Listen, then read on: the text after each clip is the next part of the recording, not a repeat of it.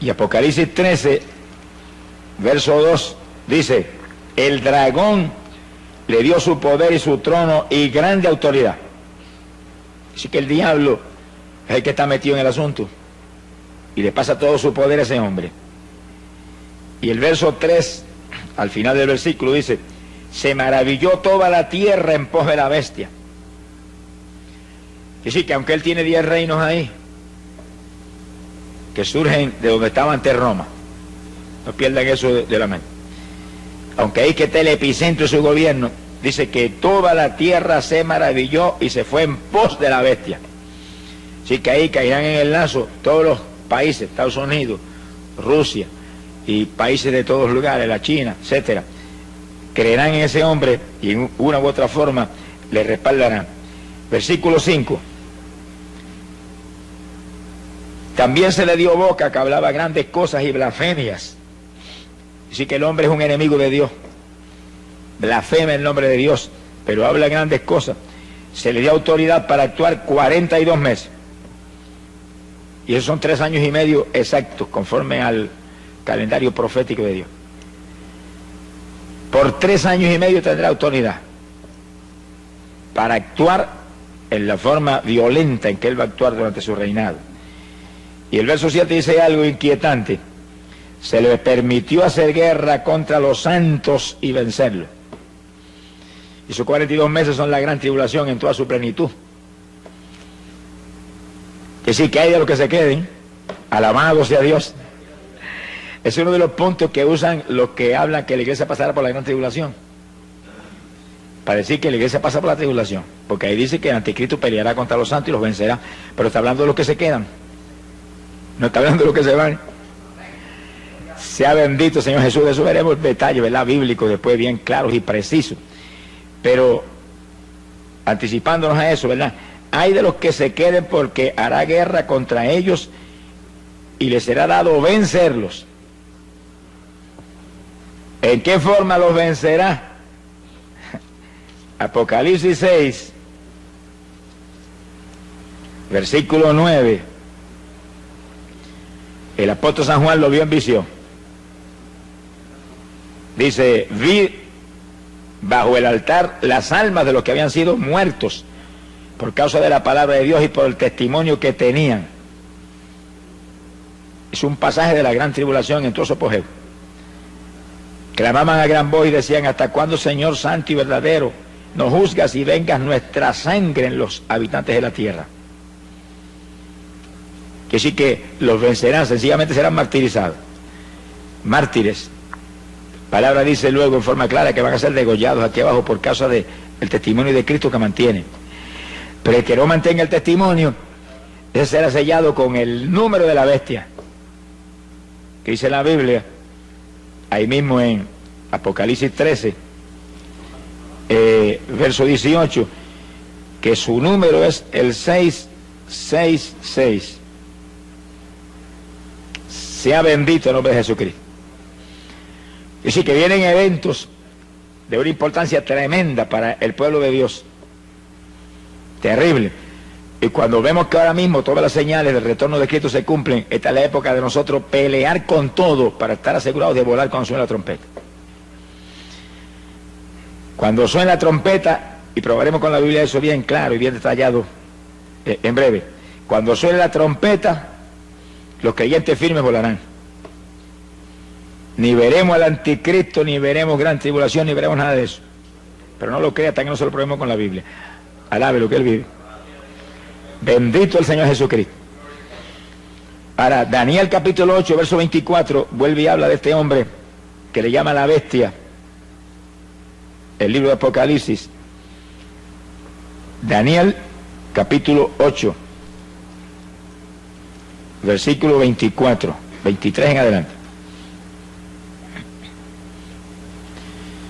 Dice: y al fin del reinado de estos, cuando los transgresores lleguen al colmo, dice, cuando estuviéramos en plena apostasía, maldad extrema en la tierra, se levantará un rey altivo de rostro y entendido en enigmas. Ese es el hombre que Juan le llama el anticristo, Apocalipsis le llama la bestia. Su poder se fortalecerá, mas no con fuerza propia. Ya vimos en Apocalipsis 13 que el diablo le da todo su poder. No es con la fuerza de él, es con la fuerza de Satanás. Fíjese como el diablo imita a Dios en todo. Nosotros no nos movemos con fuerza nuestra tampoco. Nos movemos con la fuerza del Espíritu Santo que está en nosotros, que Jesús nos ha dado. Y el anticristo tampoco se moverá con su fuerza, se moverá con la fuerza del diablo. Que sí que es el diablo imitando lo que Dios hizo con Jesús, que le pasó todo el poder a Jesús. Ahora él viene y le pasa todo el poder a ese hombre. Bendito sea el Señor Jesús. Vamos a ver más de eso ya mismo. Su poder se fortalecerá, mas no con fuerza propia. El diablo le pasará su trono y todo su poder. Causará grandes ruinas, prosperará, destruirá a los fuertes y al pueblo de los santos. Ahí vuelve lo mismo otra vez. Desde Daniel está profetizado que hará guerra contra los creyentes que están aquí abajo en ese tiempo y los destruirá. Ahora está hablando físicamente y espiritualmente. Los que le acepten los destruye espiritualmente. Los que lo rechacen y mantengan el testimonio de Cristo los destruye físicamente. La persecución más terrible que jamás habrá visto contra el cristianismo vendrá ahora. Será una repetición de la Inquisición romana, pero en forma abierta y pública y trágica para los que se queden. Por eso que hay que dar una voz de alerta al pueblo y mostrarle cómo es que tenemos que estar preparados para ir, para que escapemos de esto, más el galardón tremendo que recibirá los que se vayan con el Señor. No es lo mismo lo que se salvan en la tribulación que lo que se salvan cuando suene la trompeta y volemos, que somos la novia de Jesucristo y estaremos en boda allá arriba mientras la tribulación está en su apogeo y matando cristianos aquí abajo por miles. Quiere decir que aparte de escapar de la tribulación, seremos el pueblo que donde quiera Cristo vaya, nosotros iremos detrás de él. Primera de Tesalonicenses 4:16 lo dice bien claro. Que sí, que irse en el rapto es el privilegio más grande que jamás Dios le haya concedido a humano alguno. Por eso que la Biblia dice que la gloria postrera de esta casa será mayor que la primera. Nunca, ni los días apostólicos, ni en ninguna época ha vivido el pueblo algo tan grande que jamás moriremos. Oiga eso. Jamás van a pasear este cuerpo que tenemos ahora en un ataúd por ahí hasta el cementerio. Jamás. Jamás la muerte va a tener el privilegio de meternos el aguijón y hacer que esto deje de respirar. Se ha glorificado el nombre de Dios. Y el privilegio de en un segundo recibir un cuerpo igualito al que tiene Jesucristo. Bueno, es grande lo que Dios nos ofrece. Si perdemos esa bendición, somos los más necios de los seres humanos. Sonríese, que el Señor le ama. Pero la Biblia dice que es lo que hay que hacer. Si no lo hacemos, es cuestión nuestra. Dios siempre dice lo que hay que hacer. Luego usted tiene un libre albedrío y yo también. Si queremos hacer otra cosa, pues allá nosotros. Pero si hacemos lo que Él dijo, escaparemos y no veremos nada de esto que estamos hablando ahora. Sea bendito el Señor Jesucristo. 42 meses, son 3 años y medio, ahí es la gran tribulación. Cuando todo el poder de ese hombre satánico se va a desencadenar sobre la tierra. Y viene tercera guerra mundial en esos días. Y viene terremoto mundial en esos días. Y plagas y hambre y granizo como jamás se ha visto. Por eso fue que Cristo dijo que si no acortare esos días, ninguna carne sería salva. Esos días pondrán en peligro la vida de toda la población del mundo. Lluvia radioactiva que caerá. Ahora, el Señor va a intervenir a tiempo para que haya sobrevivientes. Y esos sobrevivientes se añadirán al reinado de Cristo que se establecerá. Pero con cuerpo como este, olvídese, aquí lo grande es la novia de Jesucristo. Lo grande es la novia del Cordero, aquellos en cuyos corazones está establecido ahora mismo el reino de Dios. Bueno, lo de nosotros tan grande, mire, que es realmente extraordinario, ¿verdad? Increíble. Cuando Jesús, hablando de Juan el Bautista, dijo que no había nacido profeta de vientre de mujer más grande que Juan. Sí, que Juan era lo más grande que jamás se levantó como profeta. Bueno, fue el que preparó el camino del Señor y el que anunció un cambio de dispensación de la ley a la gracia. decir que realmente fue algo extraordinario. Sin embargo, Jesús dijo estas palabras tan inquietantes: pero el más pequeño en el reino de los cielos es más grande que Juan. Todos los que están aquí lavados en la sangre ahora mismo, llenos del Espíritu Santo, viviendo en santidad, son más grandes que Juan. Alabe lo que él vive. Bueno, eso es extraordinario, pero fue lo que Jesús dijo. En el reino de los cielos, el más pequeñito es más grande que Juan. Juan nunca tuvo lo que tenemos nosotros: ser novia de Jesús, esposa de Jesús. Era el amigo del Señor. Pero más grande es la esposa que el amigo. Alabe lo que él vive. Porque la esposa es una sola carne con el esposo. Somos el cuerpo de Jesús. Somos un solo espíritu con Jesús. Somos el cuerpo de Jesucristo aquí abajo. Jamás nadie en el Antiguo Testamento tuvo ese privilegio. Nadie de la edad apostólica para acá es que tenemos esa maravilla. Y sin embargo, ¿cuántos se lo dejan robar del diablo? ¿Cuántos evangélicos usted ve que ahí andando ahí, arrastrándose ahí? En una vida cristiana superficial. ¿Cuántos que predicaban, ministraban, se fueron atrás? Están ahí hechos un escombro. Qué terrible.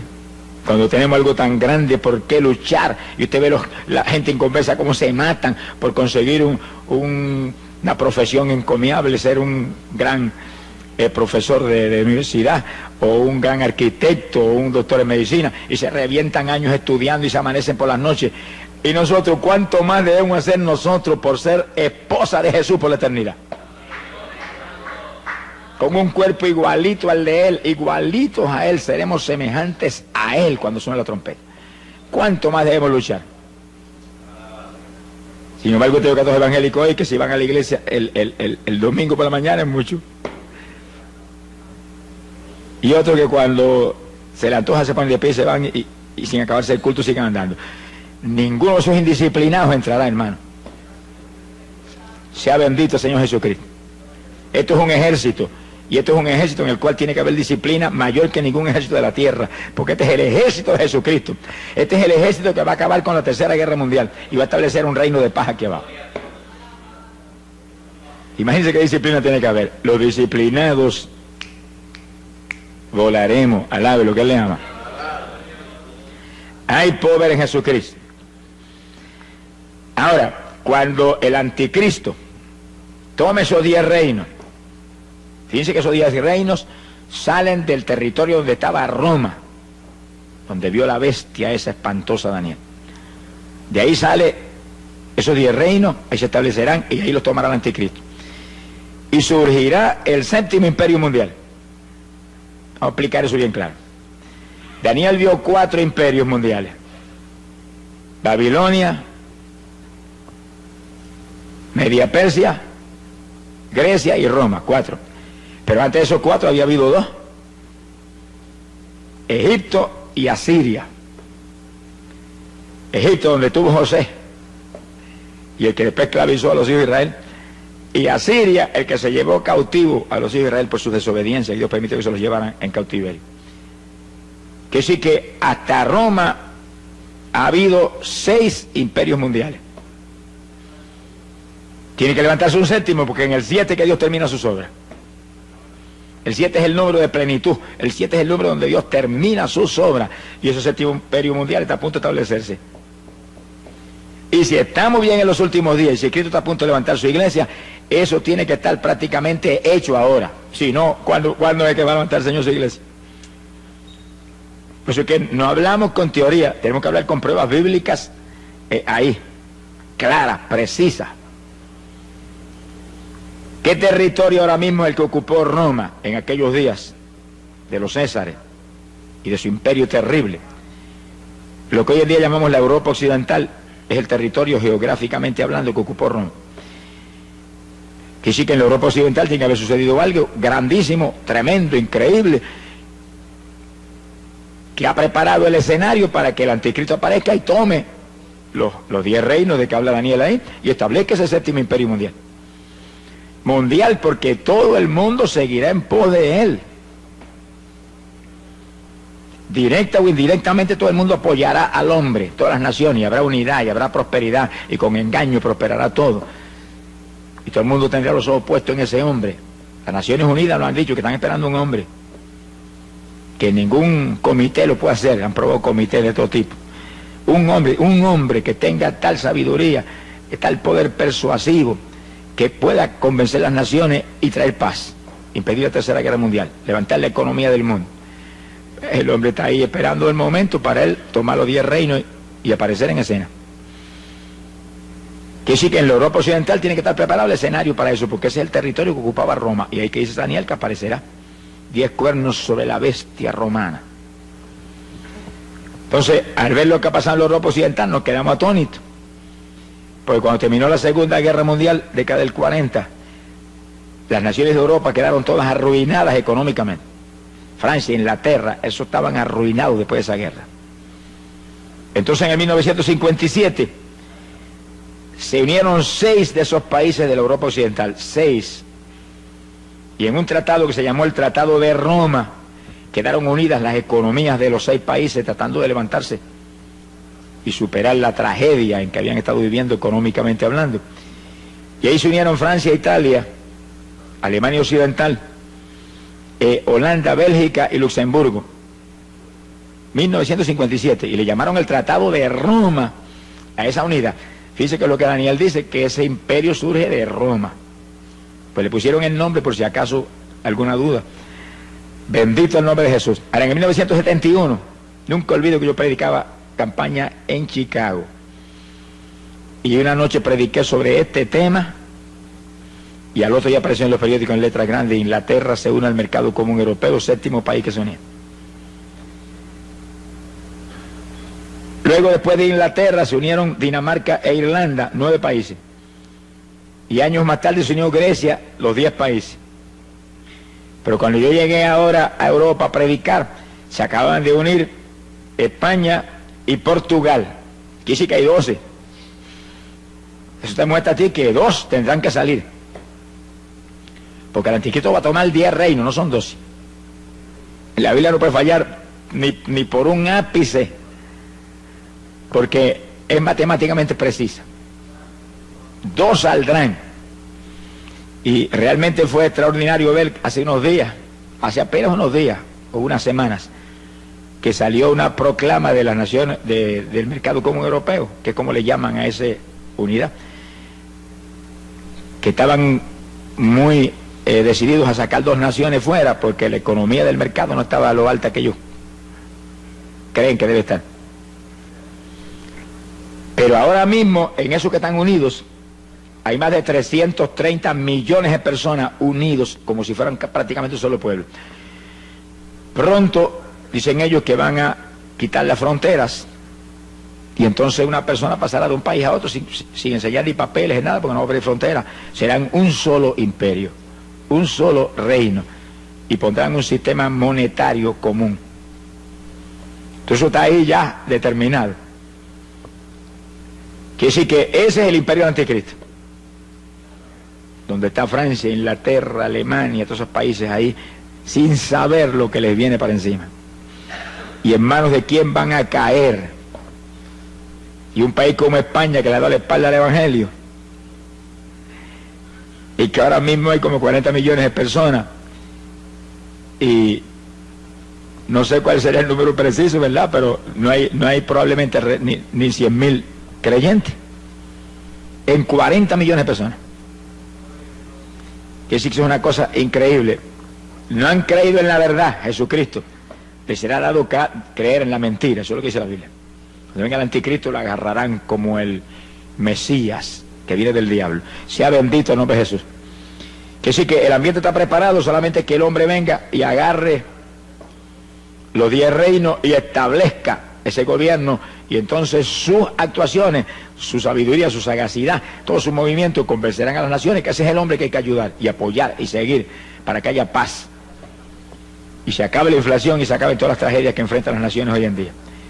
Bendito el nombre de Jesucristo. Ahora, viendo nosotros un cumplimiento profético tan terrible como es ante nuestros ojos, ¿cuál tiene que ser la reacción nuestra? Bueno, lo que dijo el profeta Jeremías, que son palabras que quedaron escritas ahí y están en pie hoy para la iglesia del Señor como nunca antes. Jeremías capítulo 6, verso 16. Dijo, paraos en los caminos y mirad. Hay muchos caminos aquí abajo, muchas rutas, muchos senderos. Hay que pararse y mirar para todos lados, este, aquel, el otro. Y preguntar por la senda antigua. ¿Cuál es el buen camino? Y seguirlo, y hallaréis reposo para vuestras almas. Que sí, que en la época de decidirse, toda la humanidad tiene que pararse, detenerse un momentito de todas sus inquietudes, sus preocupaciones terrenales y materiales, y preguntar cuál es la senda antigua, cuál es el buen camino, cuál es el único camino. Y cuando le digan el único camino es Cristo Jesús, sígalo, alabado sea Dios. Pero aquí no es que yo lo recomiende ni que yo crea que ese es, no, es que él mismo lo dijo, Juan 14:6, yo soy el camino. Un camino. Esas palabras quedaron metidas en el corazón de los cristianos apostólicos, hasta el punto que le llamaban los del camino. Es la única ruta, esa es la senda antigua, pero no como lo quiero no tomar, no, como lo tomó la iglesia apostólica. Un camino saturado de amor hacia los demás hermanos, de unidad entre el pueblo de Dios, un camino saturado de poder, un camino saturado de santidad, un camino saturado de oración, un camino saturado de ayuno. La iglesia apostólica no hacía nada sino de congregación y ayuno. Léalo en Hechos capítulo 13, cuando fueron a mandar a Bernabé y a Pablo, estaban todos en ayuno clamando hasta que el Espíritu habló y dijo, estos dos son los que he separado para esta obra. Esa es la senda antigua, hay que volver a esa senda. Cuando el Pentecostés empezó en Puerto Rico, empezó en esa senda. Y los primeros pentecostales aquí tenían una fe sobrenatural, dependían de Dios para todo. Se enfermaba la vaca, oraban a la vaca y se sanaba la vaca. Se ha glorificado el nombre de Dios. Vigilaban continuamente, oraban y ayunaban, había santidad, toda profundidad. Era todo el mundo lleno del Espíritu Santo. Hoy en día eso ha descendido, no se sabe cuántos metros espirituales. Y diga ese pentecostal que usted va y no sabe si es pentecostal o qué. Porque de mirar por fuera, ya uno sabe que algo raro ha pasado, algo rarísimo ha pasado. Alabado sea Dios.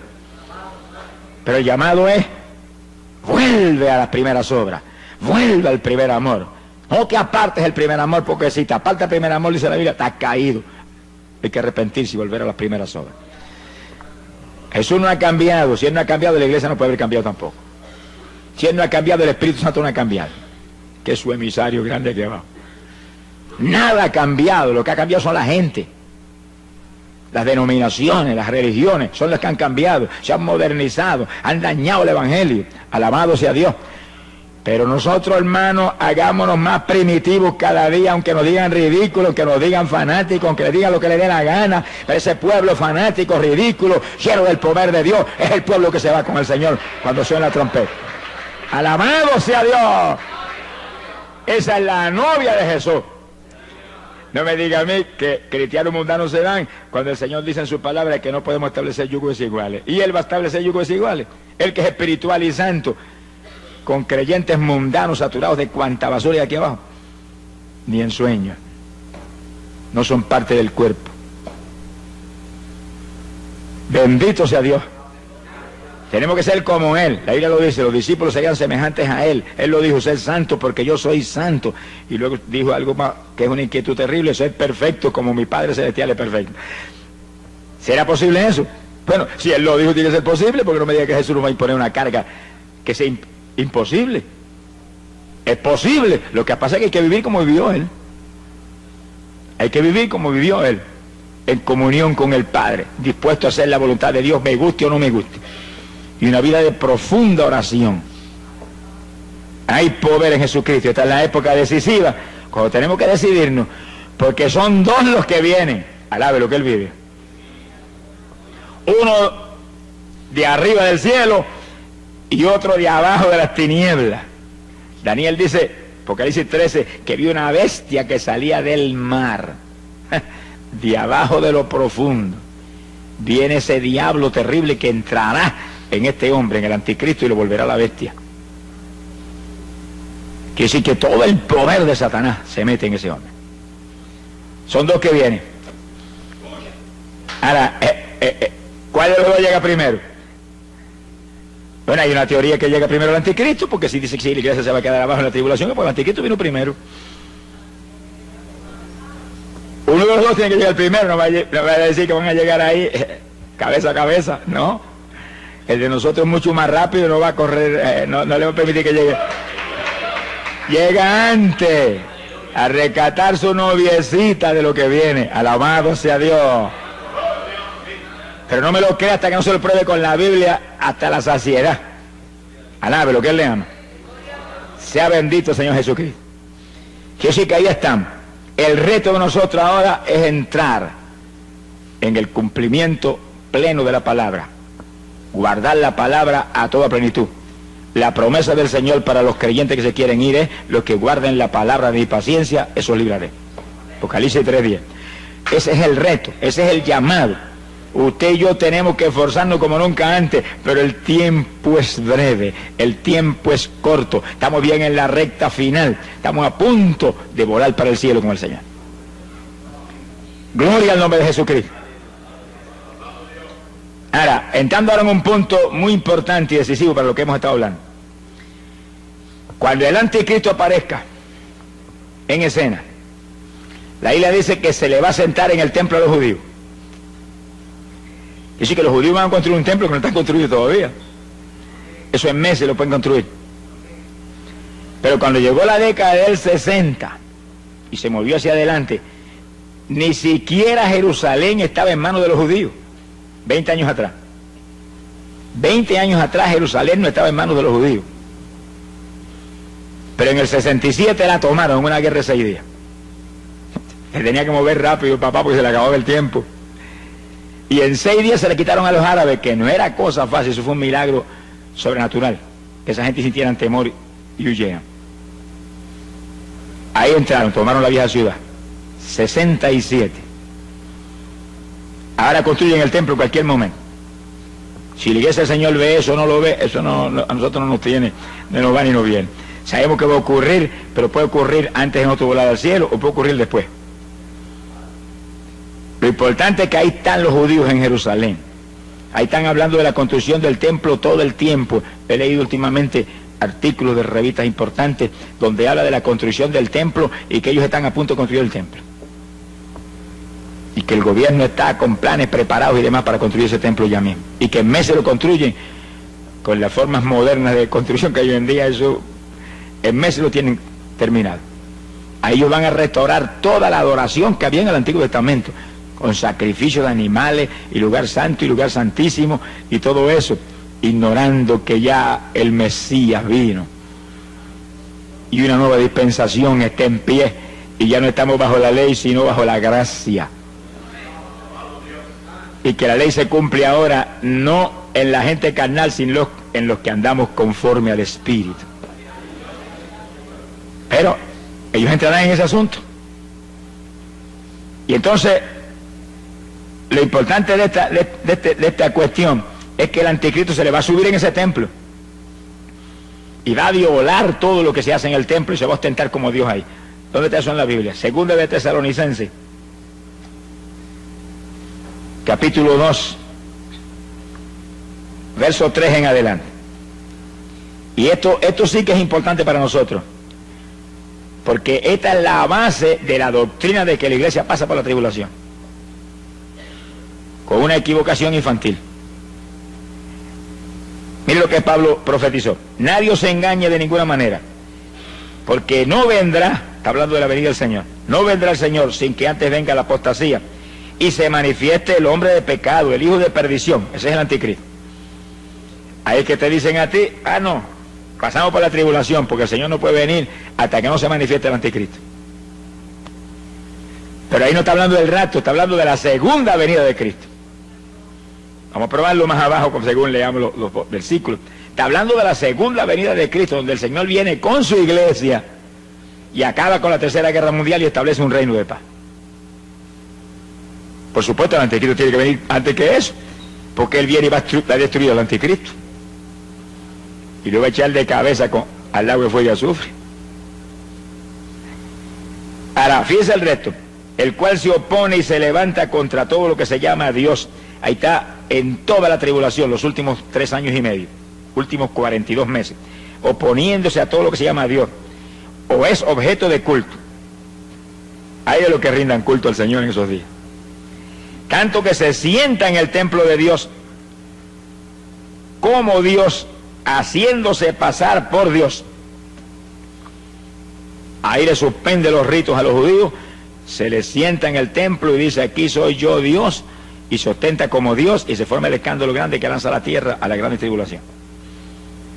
El gran pacificador se declara ahora como lo que es la bestia, Satanás encarnado. Mi alma te alaba, Jesús. Dice que el diablo imita a Dios en una forma tan profunda que en esos días levanta una trinidad.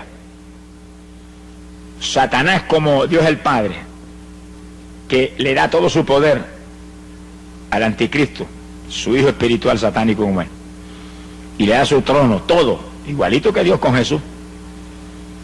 Y entonces aparece un falso profeta, que es el que va a estar al lado del anticristo, que es el que hace todas las obras, y levanta una estatua. Apocalipsis 13 habla de eso, y esa estatua tiene un poder tan terrible que la misma estatua mata a aquellos que no la adoran. Ahora no es una estatua ahora muerta con ojos que no ve como las actuales, es una estatua animada. ¿Qué clase de demonio habrá dentro de la estatua? Imagínense. Y sí, eso es una idolatría terrible, adorando al anticristo a través de esa estatua. Pero el falso profeta es el que hace las obras, como ahora. Ahora el que hace las obras es el Espíritu Santo, que no se mueve para nada si no es en el nombre de Jesucristo. Y el falso profeta no se mueve para nada si no es en el nombre del anticristo. Es una trinidad diabólica: el diablo, el anticristo y el falso profeta, imitando la trinidad de nuestro Dios. Mire que hasta el diablo sabe que Dios es una trinidad, y la gente que abajo no lo sabe. Sonríase, que el Señor le ama. Y gente que se burla y dice: eso es un Dios con 3 cabezas. Señor, reprenda al diablo y a ellos también. Alabado sea Dios. Es un solo Dios que se manifiesta en 3 divinas personas. Pero lo dice la Biblia, los tres una sola cosa son, un solo Dios. Jesús, la única forma visible de Dios. Dios el Hijo. El Padre, que está en el trono allá resplandeciendo. Allá veremos esa maravilla cuando entremos. Y el Espíritu Santo es el que está aquí. El Espíritu Santo es el que está aquí. Ese es el que está con nosotros, el que hace sentir a usted de vez en cuando un fueguito por acá, una corrientita por allá, como mostrando: aquí estoy. Ese es el que hace que Jesús sea una realidad en medio de su iglesia. Que se cumpla lo que Jesús prometió: estoy con vosotros todos los días de vuestra vida, por medio de la persona del Espíritu Santo. Me voy, pero enviaré un consolador, dijo. No dejaré huérfano. Volveré a vosotros. Quiere decir que Él separa su persona de la del Espíritu Santo como 2 personas distintas, y de pronto los une como una sola cosa. Porque así es la Trinidad. Una de las comparaciones más claras para entender la Trinidad es un triángulo. Un triángulo es una sola figura, pero tiene 3 ángulos: ángulo A, ángulo B y ángulo C. Un ángulo está ahí, el otro acá, el otro acá. Son 3 ángulos distintos. El A es A, y el B es B, y el C es C, pero forman una sola figura. Esa es la Trinidad. 3 personas: Dios el Padre, Dios el Hijo, Dios el Espíritu Santo, pero un solo Dios. Sea bendito el nombre de Jesucristo. Y el diablo lo sabe. Muchas religiones no lo saben, pero el diablo lo sabe. Y como él imita todo, en todo imita a Dios, establece una Trinidad en esos días. Y él se pone ahí como el Dios el Padre, y el anticristo como Dios el Hijo, y el falso profeta como Dios el Espíritu Santo. Sea bendito Señor Jesucristo. Se le sentará arriba en el trono, en el templo, a los judíos. Suspenderá los sacrificios y todos los ritos del Antiguo Testamento que se estarán practicando ahí. Acabará con todo eso. Ahora, ¿cómo el anticristo tiene, diría usted, tanta familiaridad con los judíos? ¿De dónde viene eso? Bueno, está profetizado desde Isaías 28, verso 15. Isaías 28, 15. Fíjense cómo los judíos caen en un lazo que uno de los profetas más grandes que ellos jamás tuvieron se lo profetizó y se lo advirtió. Sin embargo, caen en el lazo. Mire cómo es el poder persuasivo de Satanás y de ese anticristo, esa bestia. Isaías 28, verso 15. Por cuanto habéis dicho: pacto hemos hecho con la muerte, e hicimos convenio con el infierno. Cuando pase el turbión del azote no llegará a nosotros. Se sienten seguros en ese pacto, como se siente seguro todas las naciones con ese hombre. Porque hemos puesto nuestro refugio en la mentira y en la falsedad nos esconderemos.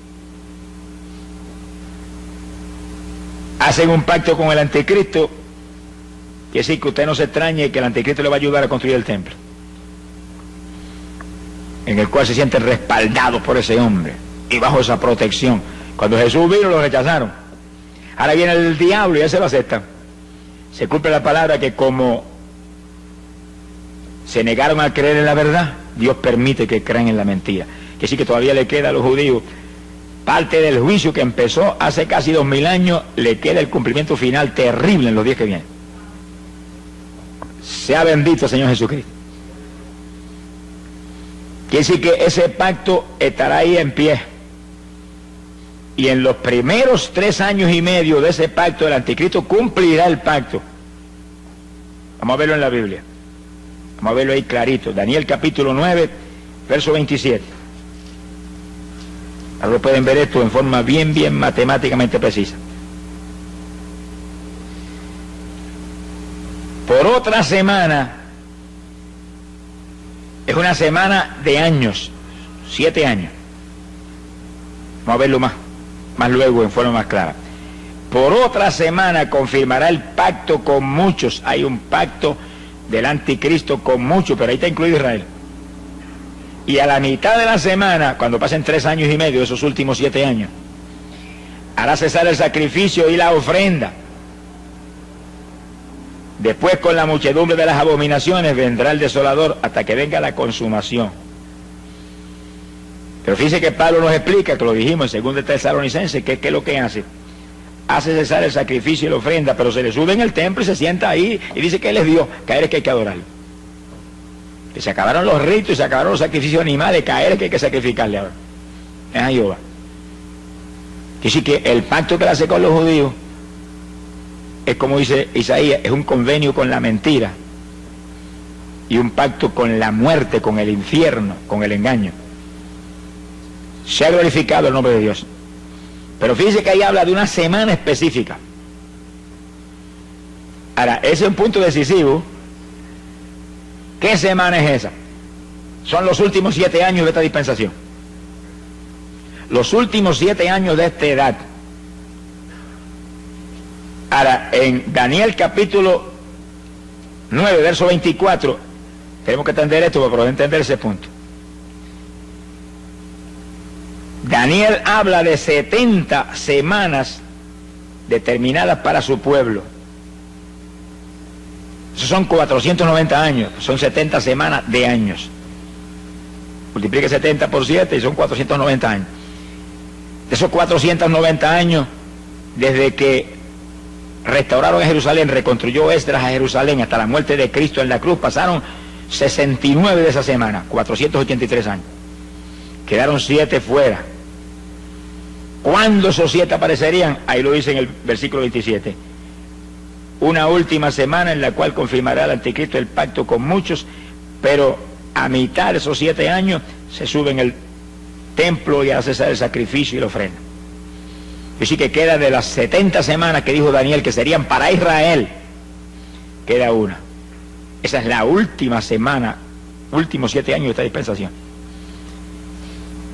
Ahora fíjense en esto, que es lo importante que es esto para nosotros.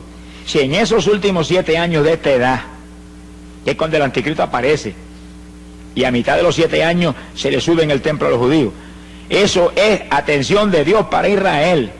Porque aquí lo dice, 70 semanas determinadas para tu pueblo. ¿Cuál es el pueblo de Daniel? ¿Eso no somos nosotros? Si en esos últimos 7 años es atención de Dios para Israel, ¿dónde está la novia de Jesús? De boda, alabe lo que él vive. De boda.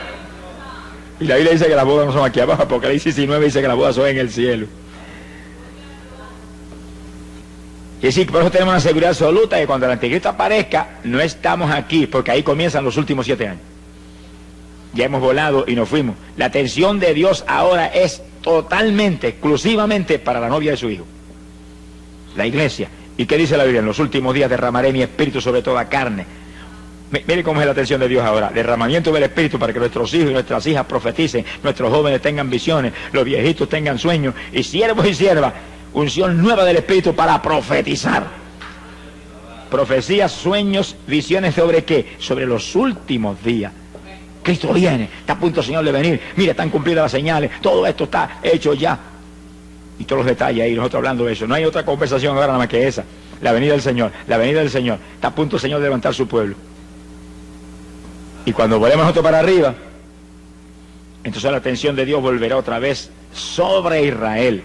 7 años que completarán las 70 semanas de años que Daniel profetizó hace más de 2500 años. Sea bendito el nombre de Jesucristo. Que sí, que el asunto es matemáticamente claro, pero para que sea todavía más claro, volvamos a Segunda de Tesalonicenses, capítulo 2, ahora en el verso 6.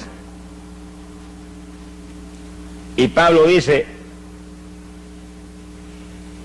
y ahora vosotros sabéis lo que lo detiene, lo que impide que se manifieste el anticristo ahora mismo,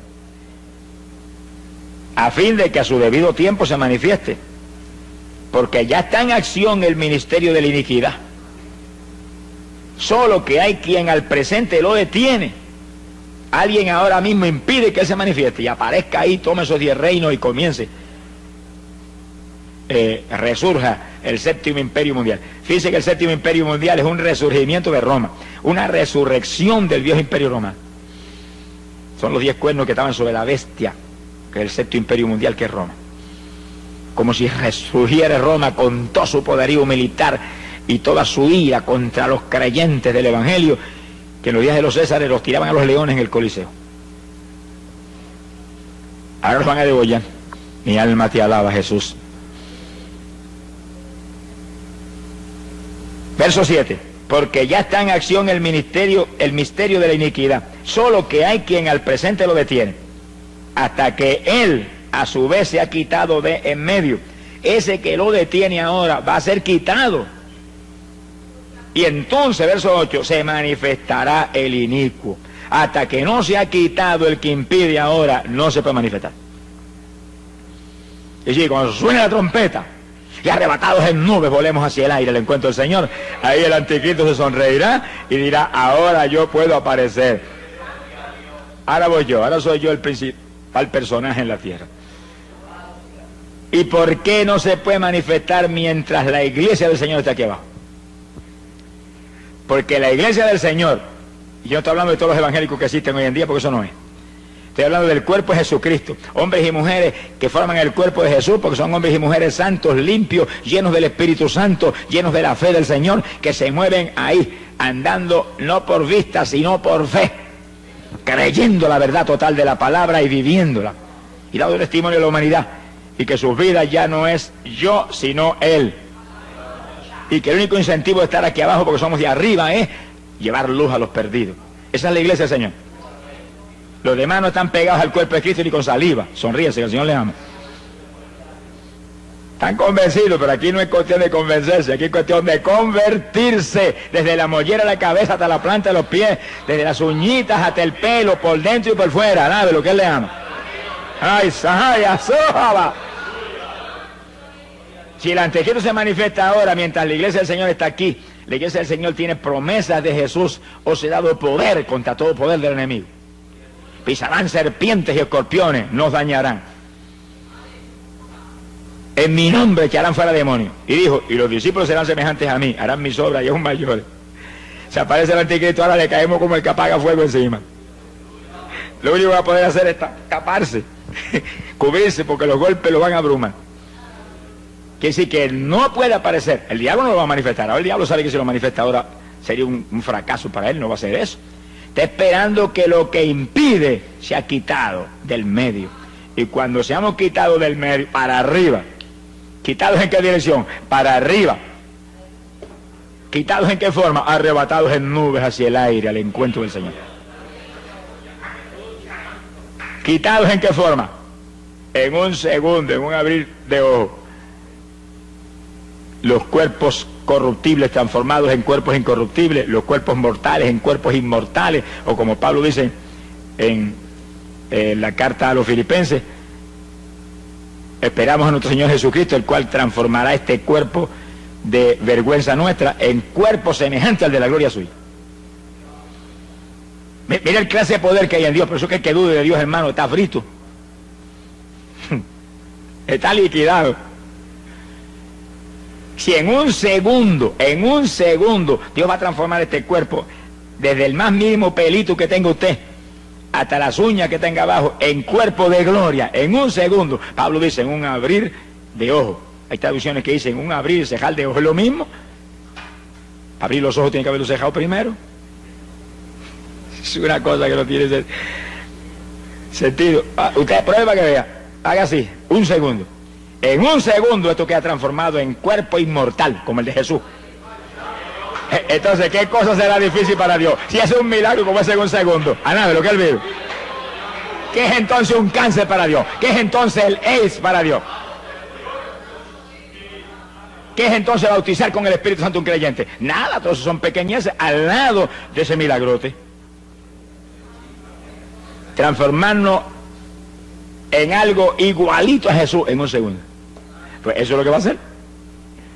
No solamente con nosotros, sino con los muertos que resuciten y se levanten de los sepulcros, que se van a levantar no en el cuerpo que murió María, ni en el cuerpo que murió Pedro, no, en el cuerpo de gloria también.